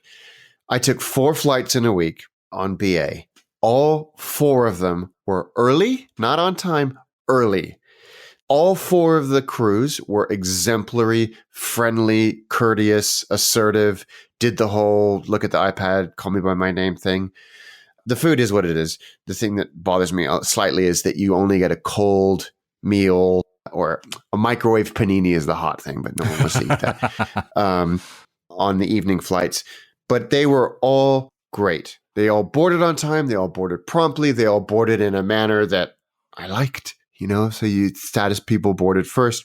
They were all really, really good. Forget the product. It is what it is. They've got no control over that. No, plus at the end of the day, when it's a short haul, because Oslo is 2 hours or whatever, and Dublin is an hour and whatever. Even less than that. We don't need, fancy interiors or food or whatever. You want efficiency and kindness or civility or whatever. Especially since I was connecting, you're always slightly more aware of punctuality. They were all on time. They were all friendly. The flight deck crew were all super communicative. We had an interesting experience coming back from Oslo. It was like, I think our flight was at 9:30 local time, and we'd been up since 6 filming. So it was a long day. The plane was 17 years old. It's a 17-year-old A320, which has got to be one of their oldest planes. It didn't feel on the inside. But they rarely do with BA, but they couldn't turn off the boarding music. Oh yeah. You told me. and they couldn't they couldn't dim the lights. Oh my God. And none of the reading lights were working. So Control Alt Delete, please. Pretty much. So they tried a few things on the ground, nothing worked, but they didn't want to miss their slot. So they got us up in the air. I had noise canceling headphones on. So the not dimming is a little bit disappointing because there's such wonderful views at this time of year. Yeah. Because it's like twilight the whole flight. That was annoying. The boarding music, I was like, if you don't have headphones on and you're sitting there and this is playing for 2 hours, I think you'd go slightly insane. And then I think it got to the point where the captain was like, okay, this is even getting on my nerves. So to use a piece of jargon that's totally inaccurate, they pulled the panel mid-flight. So they shut everything down, and the cabin went completely dark and silent mid-flight somewhere over the North Sea while they tried to reset this system. And so for like maybe 3 minutes, all of the lights, so the no smoking sign, the seatbelt sign, all of the lights showing you the row numbers were cycling through all of their various states as this system rebooted itself. And it worked. It fixed the problem.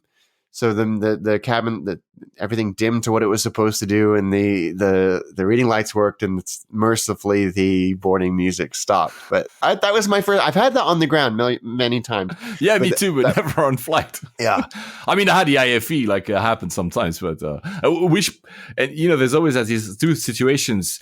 You have, let's say, more modern airlines, and which is your own IFE that they're rebooting, and older airlines where because yours doesn't work, you feel guilty because or I even had the whole freaking cabin once. Oh yeah. Then you're instantly unpopular person right there. Oh my God, I was like, I don't want anyone to see that's me that started this whole thing. But it was like a 12-hour flight, so I needed some movies or whatever. Anyway, were you two things? Were you flying, because you mentioned it? Were you flying T5 all the time, or did you also fly from T3? Good question. No, because T5 all the way. Okay, because we had these discussion. I think we also hinted at it like in the last episode, or maybe it was just you and me over messages. Because all my flights this month with BA are T3. Budapest was T3. Yeah, I'm going tomorrow to Barcelona and staying there one day. And it's T3. And, most of the time it's T3 for these kind of flights. First it shows that T5 is a capacity issue and they need a T6 or something. But also sometimes you don't know, you have to pay attention to it actually screwed me on. Yeah, because my stupid ass didn't look and I assumed it was T5, so booked my parking and hotel there. And of course it was T3. But the silver lining to that cloud is Cathay First Lounge. Yeah, exactly. Since you mentioned the crew, I know, sorry guys, because I keep talking to Emirates, but I want to just especially give a shout out to the crew from Singapore to Dubai, because that was exactly the kind of behavior, demeanor that made me fall in love with Emirates back almost 10 years ago now, because they were willing, they were fun, they were, very professional, but not taking themselves too seriously. Very similar to what you just said. It was super efficient, super nice. Everyone was willing and doing, it was like probably my best flight this year. And again, and I know we say that in every episode, we bore our audience with that. It was not a product. It was not the food. It was not the movies that I was watching. Yeah. It was the crew, the smiles, the professionalism. It was such amazing. A difference. I think they sometimes forget how much, power is not. They can make or break an experience. And more often for me, it's make. If they have no control over what the hard product is, but they can still give you a great flight. So yeah, I'll tell you the next episode, whenever that is. I'm doing BA again tomorrow. I'm very looking forward to it. The only thing is, for some reason, I cannot check in on my mobile. I've had that recently too. Keep saying no, you can't. So here, you've just reminded me of something completely crazy that happened on my flight that I was bitching to you about while I was in Dublin, but actually caught me out. Oh, yeah, I had it on my notes. Go ahead. This is. Are you ready, guys? This is exciting nerd, gasm right here.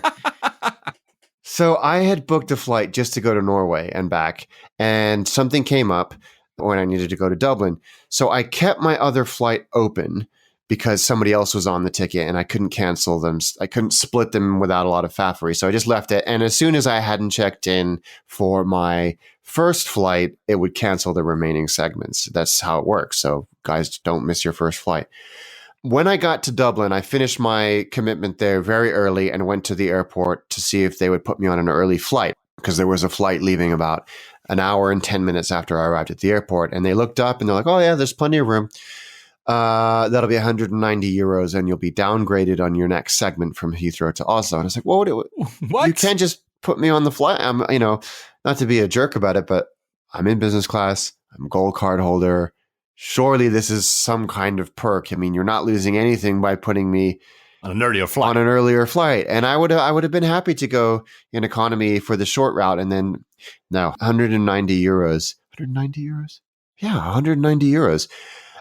I thought that was a bizarre thing, but she'd tried it to look at, and it, again, it wasn't the lady's fault that was helping me. It's just a policy apparently, but she had checked me out to see if she could put me on the flight and didn't check me back in.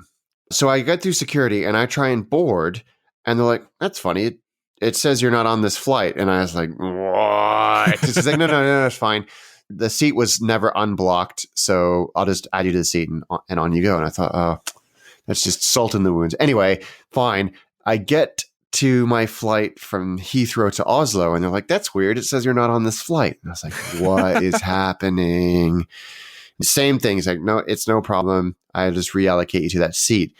But when I got to Oslo airport and checked in, they scanned the boarding pass. It tried to check me in on that original trip for which I no-showed on the first segment. Oh, wow. And I was like, that's a little odd. Yeah, a little.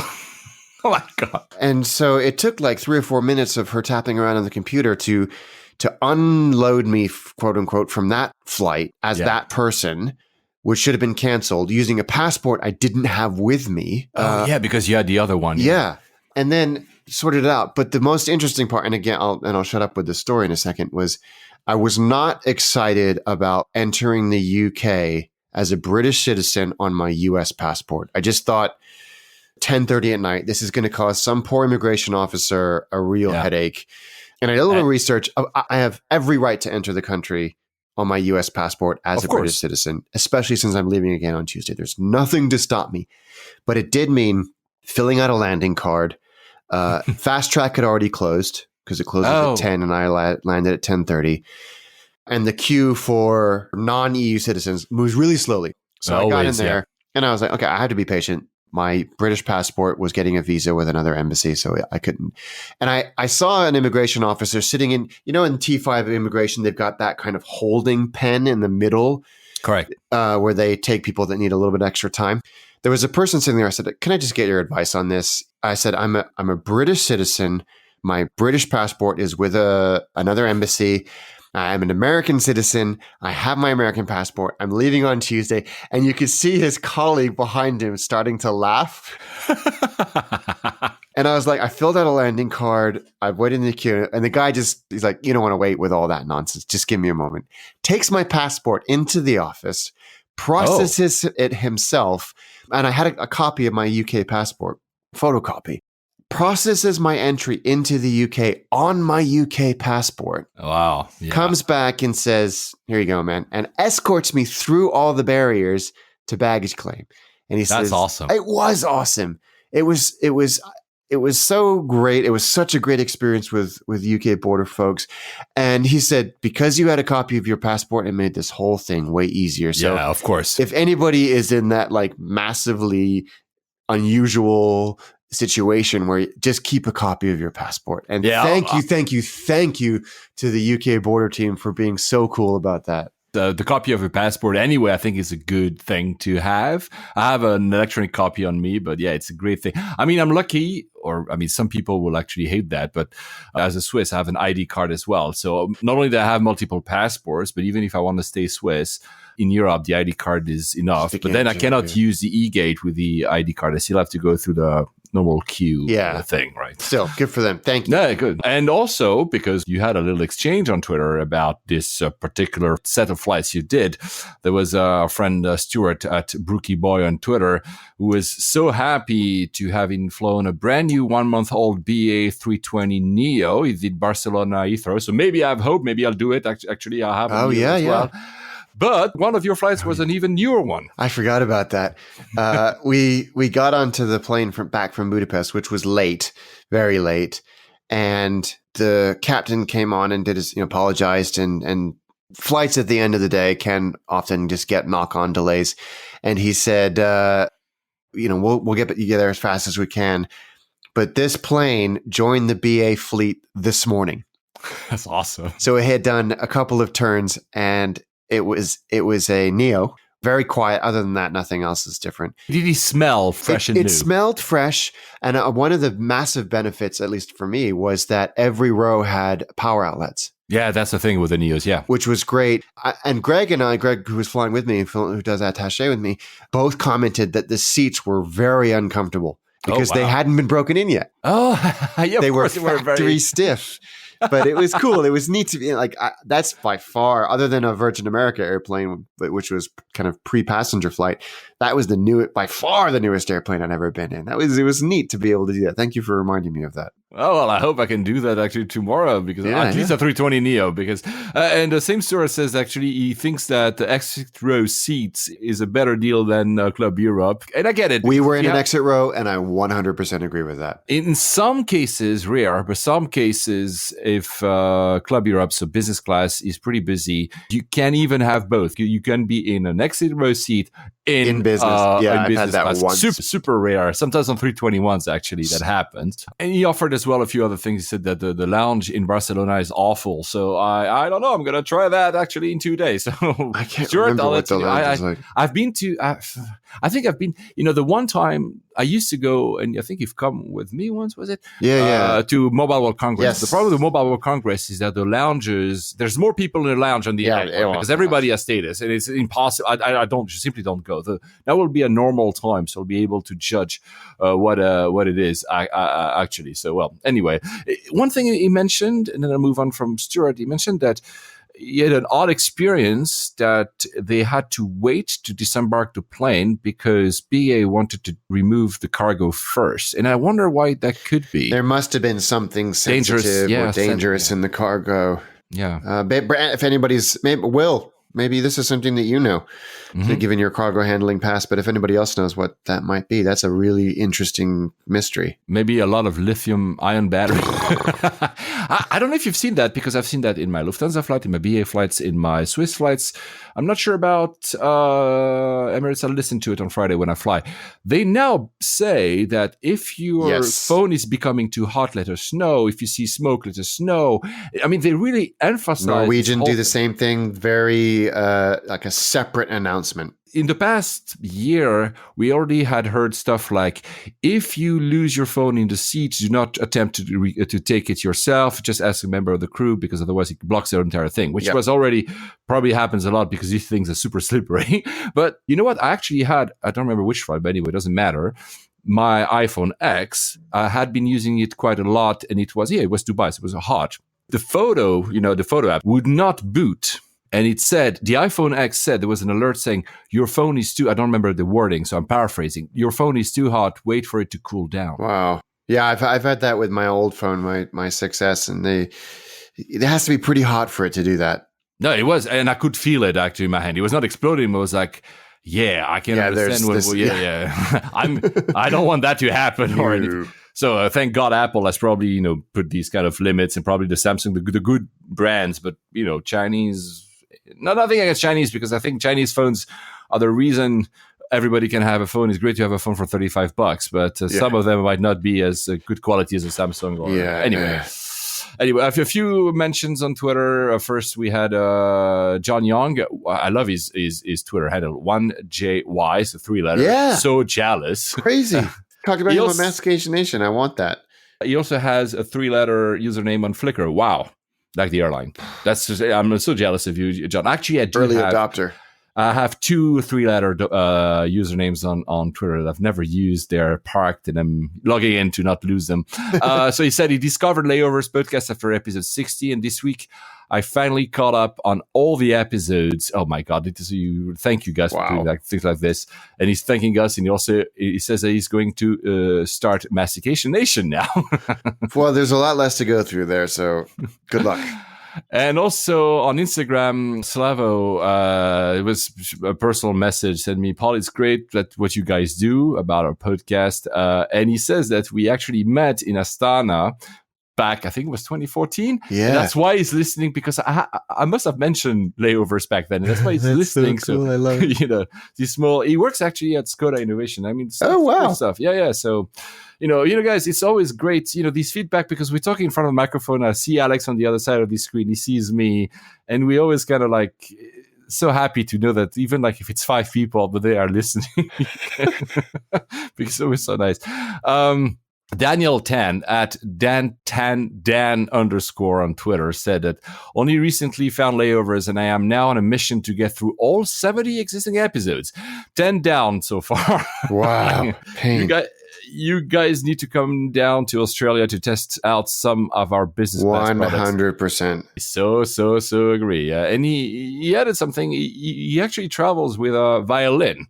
So, my whole story about taking the space on the overhead bin, it was like, for me, he says it's always difficult because with the violin, obviously, he wants to get in first, but also the violin, due to its, size and how it looks like, it actually takes a lot of space. It makes a lot of passengers unhappy. And I said, you know what? I'd happily give space for some of the violin. Absolutely. It's a very noble I'd much rather give that to a violin than somebody who's clearly pushed the hand baggage limits to absurdity. Since we just mentioned both the seats that were a bit stiff, the space in the overhead bin, something for our friend Kendall. So Congress has renewed the FAA funding for 5 years, which is actually pretty good. So the FAA, the Federal Aviation Administration, it's good because it hadn't been done for such a long time. So it's now they have funding for 5 years, they're set. It says that the FAA will have to rule on seat pitch. That's going to be a fun fight to watch. I don't remember exactly how it works. The Senate has to also agree. They can still maybe remove that bit, but it could be that the FAA will have to make some type of statement and rule about the size of your seats. So let's see where that goes. Yeah. And so kudos to Flyer Rats at Kendall, because clearly your lobbying did work. Working. Yeah, absolutely. the 787 Rolls-Royce engine, that story, actually, we were at the cusp of it because it seems that now not a single day passes on without having some new addition. Yeah. So BA is unretiring some 747s because they need to have capacity. Our friend Sunil at Glue Code on Instagram had his selfie taken in the flight deck of a 747. Actually, they need to do that. I never asked anyone, but I should simply just go. And he was talking to the pilots, and of course the pilots were super happy that the 747s were unretired. Yes. It's a good thing they got to them before they turned them into beer cans as well. Perfect transition to Virgin Atlantic, who was unretiring a very, very, very old A320-600 for the same reason. They need capacity, and it's like more than 20 years. Yeah. Ouch. If you look at the next time you guys fly out of Heathrow, if you look on the south side of the airfield in between T4 and the cargo terminal, there is a very sad looking Virgin Dreamliner with its engines all tarped up. Yep. Yeah, pretty much in the air, like same in Haneda, same in Auckland, same in Sydney, same in LA, with all these airlines that have these planes that are unflyable at the moment. You know, Highfly is actually winning that game because I think I mentioned last time, but Highfly is leasing planes left and right, to compensate for that big thing. So this ETOPS limitation is really hitting. Even we said that BA was less hit, but induces reroutings because you still have to be close to airports, so it's longer routes to go to places, etc.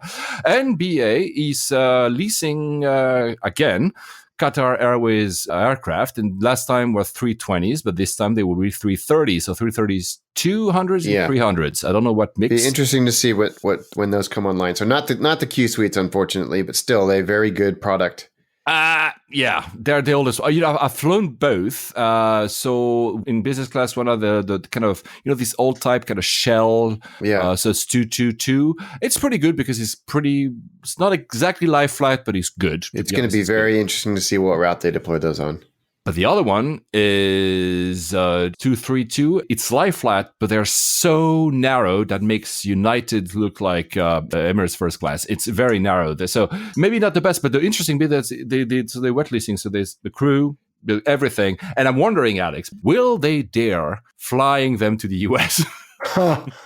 Oh, no. I reckon they'll be used on mid-haul and maybe to the Indian subcontinent. That's my completely ill-informed and uneducated guess.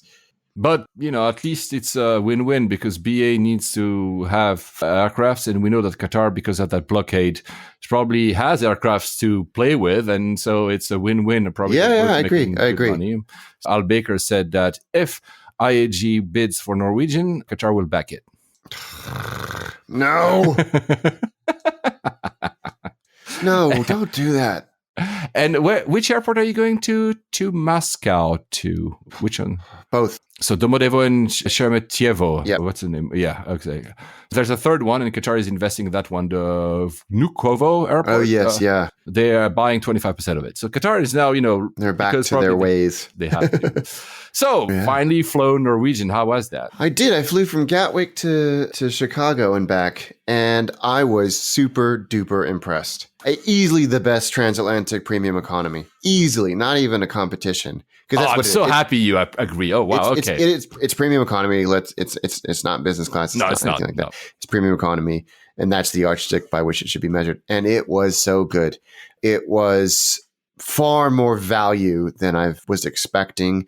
My planes were 3 and 4 months old. Oh wow. The food was outstanding. They were really sensible with the sort of deli style boxes that they give you. I was just super impressed with the food. It was some of the most delicious food I've had on an airplane outside of business class on Cathay or Emirates. Oh wow! Irrespective of class. Wow, that's a big statement. Yeah. Wow. The service was cheery, and they got a real kick because I flew with the same crew in both directions, and they got a real kick out of seeing me board because I was there for a night and then flew back the next day, and they're like, "Wait, what the hell are you doing?" And then I was like royalty for the rest of that flight. The service was friendly, efficient, sensible for the return leg, which was overnight. The seat was comfortable enough to sleep on. They don't give you eye patches and Plugs. and earplugs, which I brought my own because I think maybe it was you who told me that they didn't. So I brought my own. The only thing that was weak, I think, was the IFE. The screen was nice and big and crisp. There just wasn't a lot of content. Yeah, it's true. The moving map was outstanding. It was great, yeah. I had a seat next to me on both ways, even though the return leg was otherwise completely full. I was just really impressed. Wow. And I will fly. And it was like, it was so much cheaper because they don't have a Saturday night stairwell, which is genius on their part because the flights were rammed in both directions. And you have access to the lounge at the number one lounge at Gatwick, which is okay. It's okay. It's not great. Okay, it's not great. I agree. But at least you have a lounge, right? At least you have a lounge. And they have access to the Air France lounge at Chicago, which again is okay. They're in this, it's Terminal 5 at Chicago, which isn't great. It's not terrible, but it's not great. So, but I was so impressed with them and I cannot wait to fly them again. And I really hope that they don't get acquired or they even IG get anywhere near them because they'll just cheapen that experience. I mean, there's a reason we talk a lot about Norwegian in this podcast is because they're good. I mean, not everything is perfect, but they're good. And it's exactly like you said, they're giving a run for the money on all the others that are doing these routes. And that just for that, I appreciate them. Yeah. And they didn't lock the windows. So they automatically get many points for that. But yeah, I was impressed. How was the leg room? More than adequate. And especially because I had two seats, I could put my carry-on next to me or under the seat. So it was more than adequate. There was something about the vibe. Yeah, and that's why I said earlier, like 2 years ago, Virgin should have bought Norwegian while they were still viable and just made it Virgin because it felt very Virgin. It's exactly. I remember we talked about it when I did that flight 2 years ago. It's exactly what I thought. There is this vibe that you don't see in many airlines. That is friendly, fun, young, exciting, but still very professional. So I don't know. I really did enjoy it. Yeah. And for a price on these routes that is super ultra competitive. I was so impressed. So impressed. Yeah, I might, if I don't fly Emirates from Athens to New York, which I might have to do in 3 weeks, I will clearly go back here and fly from Gatwick and Norwegian because it just makes sense, to be honest with you. It makes sense. A few news about Norwegian. So the company says that at Q2 2018, it has reached its peak of its expansion. So I'm not sure I don't know if they say that because they are running into some cash issues. Yeah. It seems to be. They are saying that they're looking into cost-cutting measures. They're also saying that they're looking to divesting aircraft, so meaning like reducing the fleet or leasing more. I don't know exactly what that entails. It's funny. I think it was Ashley Quint that put the photo on Twitter at Luxury Traveled. And you see the vice president of comms saying all these things that look like we don't have enough money to go on or we need to be careful. And the very last bullet point is like, it's business as usual for passengers and staff. You're like, well, not really, actually, if you say all that. We'll see. They're open. It's one of the bullet points. They're clearly open for acquisition. It's frustrating because we've seen it happen so frequently where the consolidation just leads to a degraded passenger experience. And I think Delta is the exception to that. I haven't flown Delta in ages, but I understand that relationship with Virgin has elevated both products, but we'll see. I hope this isn't the case.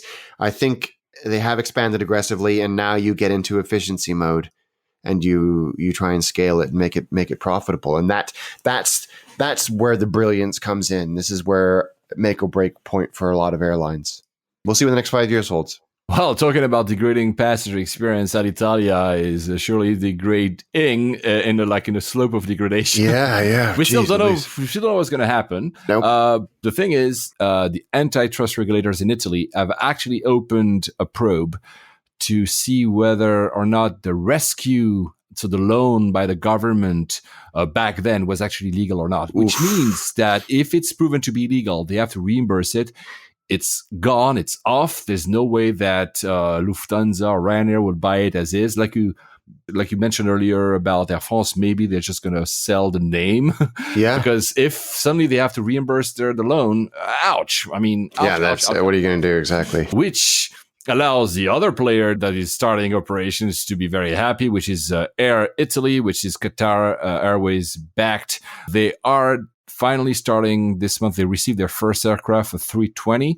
They are doing domestic flights, Milan, Rome, Naples, Palermo, Catania, and they're launching their long-haul flights in June. So it's starting. And it looks good. I think Jason Rabinowitz, at Airline Flyer, he was at the Boeing Air Italy, and we should remind people that Air Italy was Meridiana. Yeah, it was already an airline. Yeah, and he was there for the unveiling or announcement of the new livery and some of I think they're getting 737 Maxes, aren't they? But yeah, he posted some pictures of that. It looks fantastic. So yeah, looking forward to that. And of course, Al Baker was there with his new project. So yeah, good stuff. Let's hope that they succeed. And like Etihad should simply now buy a stake in Air France. Because, we joked about it, as you say, at the top of the episode. Who knows? Because they seem to be investing in falling knives all the time. So, we'll see about that. Since we're in the region, because we talked about it in the last episode, you remember El Al was attacking both the Israeli government and Air India, because Air India had authorization to fly from India to Ben Gurion, flying over Saudi. Well, unexpectedly, or maybe expectedly, because we mentioned all the back channel stuff that is happening in the region, while Saudi Arabia will allow Israeli airlines to use its airspace soon. That's the Minister of Transportation of Israel that declared it. Air India will keep its permission. There's just being enlarged to, and that's pretty unprecedented, actually. It is unprecedented. It's quite extraordinary. I mean, I don't know what the further geopolitical implications are, but it's very interesting development. It's kind of the first kind of official connection between Israel and Saudi Arabia, because, I mean, we know they talk to each other, but there's never like any... Anyway. And the last story of the day, guys, there were a lot of people I wanted to give shout out to, but we're really running a long episode here, so you will have to wait for the next one. Don't worry, I've seen all your messages, and keep sending us messages. It's very always appreciated that you guys do that. iTunes reviews, sharing the episodes on Facebook and Twitter and Instagram and wherever. It's really, really well appreciated. We really love it, and we try to answer to everything. Actually, for those who've tried to contact us, you've seen it, and if we don't, please forgive us and insist. So that happened over the weekend. So yesterday, Sunday, May 13th, Istanbul Airport, this Asiana 330 that knocked down the tail fin of a Turkish 321. Wow, the images are... It like completely shears it off like it's made out of butter. It just sort of cuts it right off. And Paul and I were looking at this video this morning going, whose fault is this? And I think it'll be interesting to see where the report lies, but watch the video. It is just the most amazing footage I've ever seen of just winglet of the 330 just going, that's it, bye. And the 330, the wing is almost exactly at the right height to really knock off the tail fin. So would have been slightly higher, it would have knocked off half of it, and slightly lower will actually directly hit the fuselage. And the tail fin just simply disappears. I mean, I never thought, and you said that to me this morning, that it would be so, not frail, it's not exaggeration, but it would just drop like that. Yeah, the noise inside both of those airplanes must have been otherworldly. Fasten your seatbelt until... Yes! You said that and you're spot on. That is why you don't stand up until they turn off the seatbelt sign. Because you would have felt that and you would have been knocked on your face if you'd been standing up, reaching for something in an overhead bin. There were no injuries, so probably people were still standing, or even if someone fell, nothing grave happened. We'll learn what happened. It looks like that the Turkish 321 was going into its parking, so pulling in its parking position, but stopped approximately 30 meters from where the jet bridge would be, but we don't know why. So maybe they were waiting for the signal to actually do it. It happens sometimes. Maybe the gate was not ready. I don't know. Maybe something else happened. But the thing is, somebody didn't make his homework. Because didn't do their job. Some people say, the 330 pilot should have looked at it. But then again, they were given clearance probably. Yeah. So I was just happy that no one was hurt. Yeah. And of course, I'm not sure that Turkish plane will ever fly again because it's a pretty big hit. My God. I'm looking forward to reading the report on this one. So any such extraordinary stories at Chicago ORD? If it's going to happen, it'll be there. I mean, that airport is monstrous. Like, I'd never flown into there until last September, and we were lucky enough to come in from the south, so not over the lake. And you kind of fly alongside the airport and keep flying and keep flying and keep flying and keep flying. And you're like, good Lord, this airport is never ending. And then you land and you taxi and you taxi and you taxi and you taxi. It is a absolutely enormous airport. It's beyond anything I think I've ever experienced. The problem is that it was designed in an era which was like, pre-amenity, and the whole thing has been pushed and pushed and pushed. It's very, very much like JFK capacity.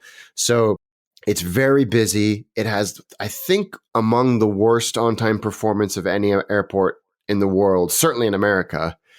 But I'm completely in love with it because because of its scale, because of the sheer variety of carriers that you see there, and the types of airplanes and the constant comings and goings is rather nice.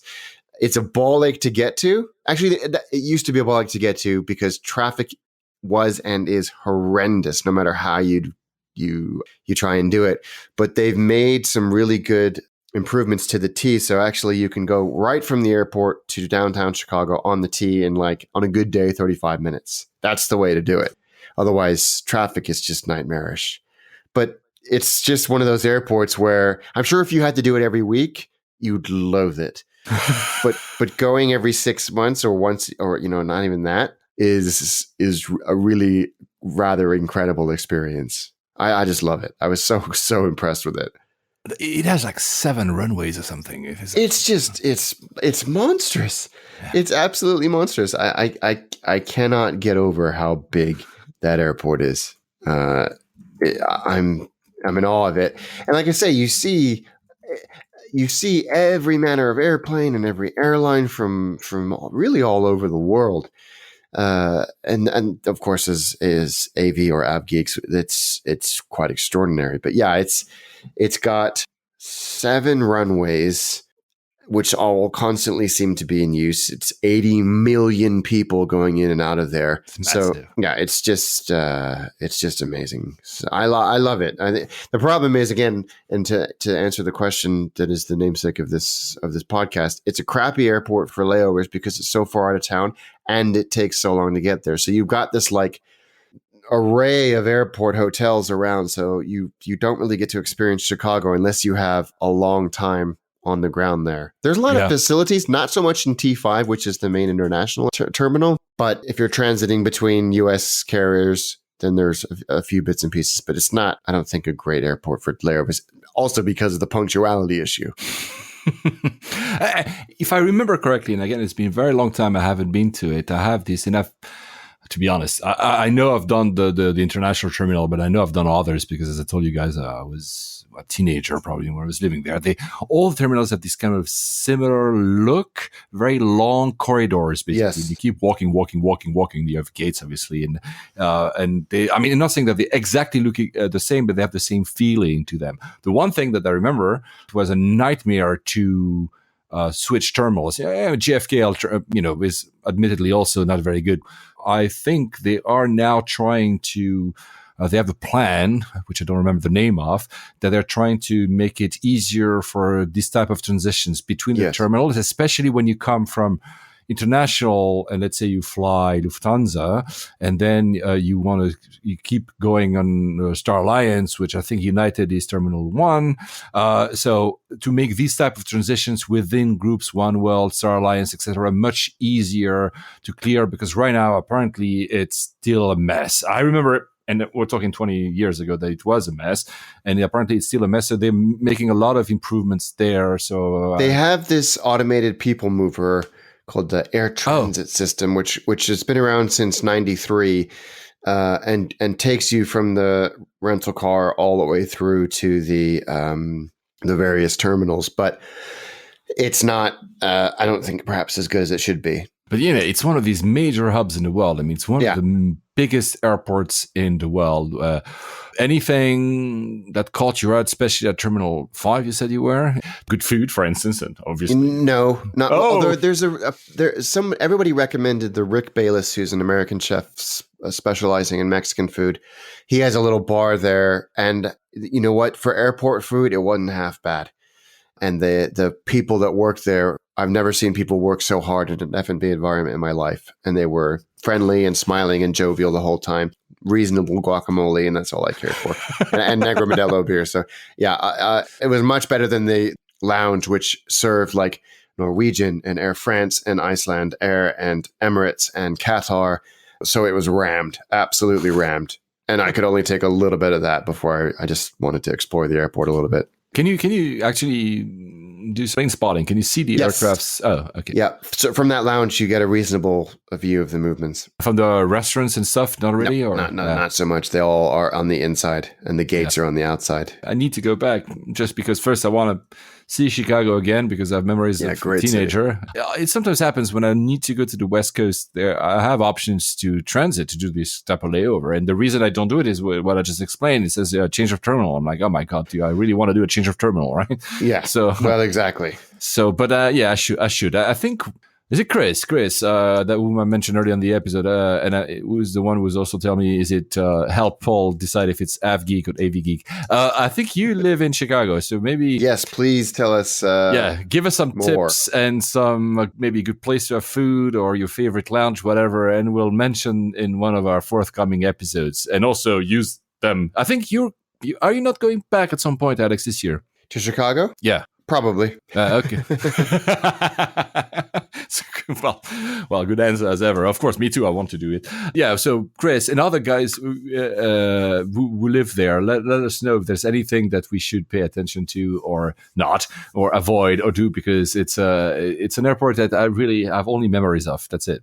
Yeah, it's definitely worth exploring, both city and airport. So, talking about, it was a long episode because we know we're going to record next. So, I know you're doing Miami and then, oh my God, you have so many flights this month. Yeah, it's crazy. I'm doing London, Miami, Tampa, London, and then London, Moscow, SVO, DME, Heathrow, and then straight onto a Dallas flight, then down to Monterrey, Mexico, then to Miami, then to Heathrow. Nice. And then at the end of the month, the trip I'm looking forward to all those. I'm flying on an RJ85 to Dublin and back. Oh, yeah. And stay tuned for that because there's a lot more on that one. Yeah, we mentioned it briefly in our previous episode. That's going to be the one to look for. As for me, I've hinted at it. So, of course, I'm going to Barcelona tomorrow for work, although I'm doing to be a little bit of tourism and some good food as well, as always. But then it's my vacation. I'm not revealing where I'm going because I'm going to be off the grid, but there will be some cool stuff to talk about when I get back from it. And then directly, probably, there's Eastern Europe, Athens. Again, this will be the third time in 5 weeks. Yes. And New York, probably, and then right behind Asia again. So, but we will find time. Yeah, we'll do. Look, guys, we promised you, and that's why we're giving you this time. We said a bit extra. Well, I don't know exactly at what end time will be this episode once I edit it, but it might be quite long for you to have a little bit extra gravy. Gravy. Until next time. Okay, Alex. Safe flights.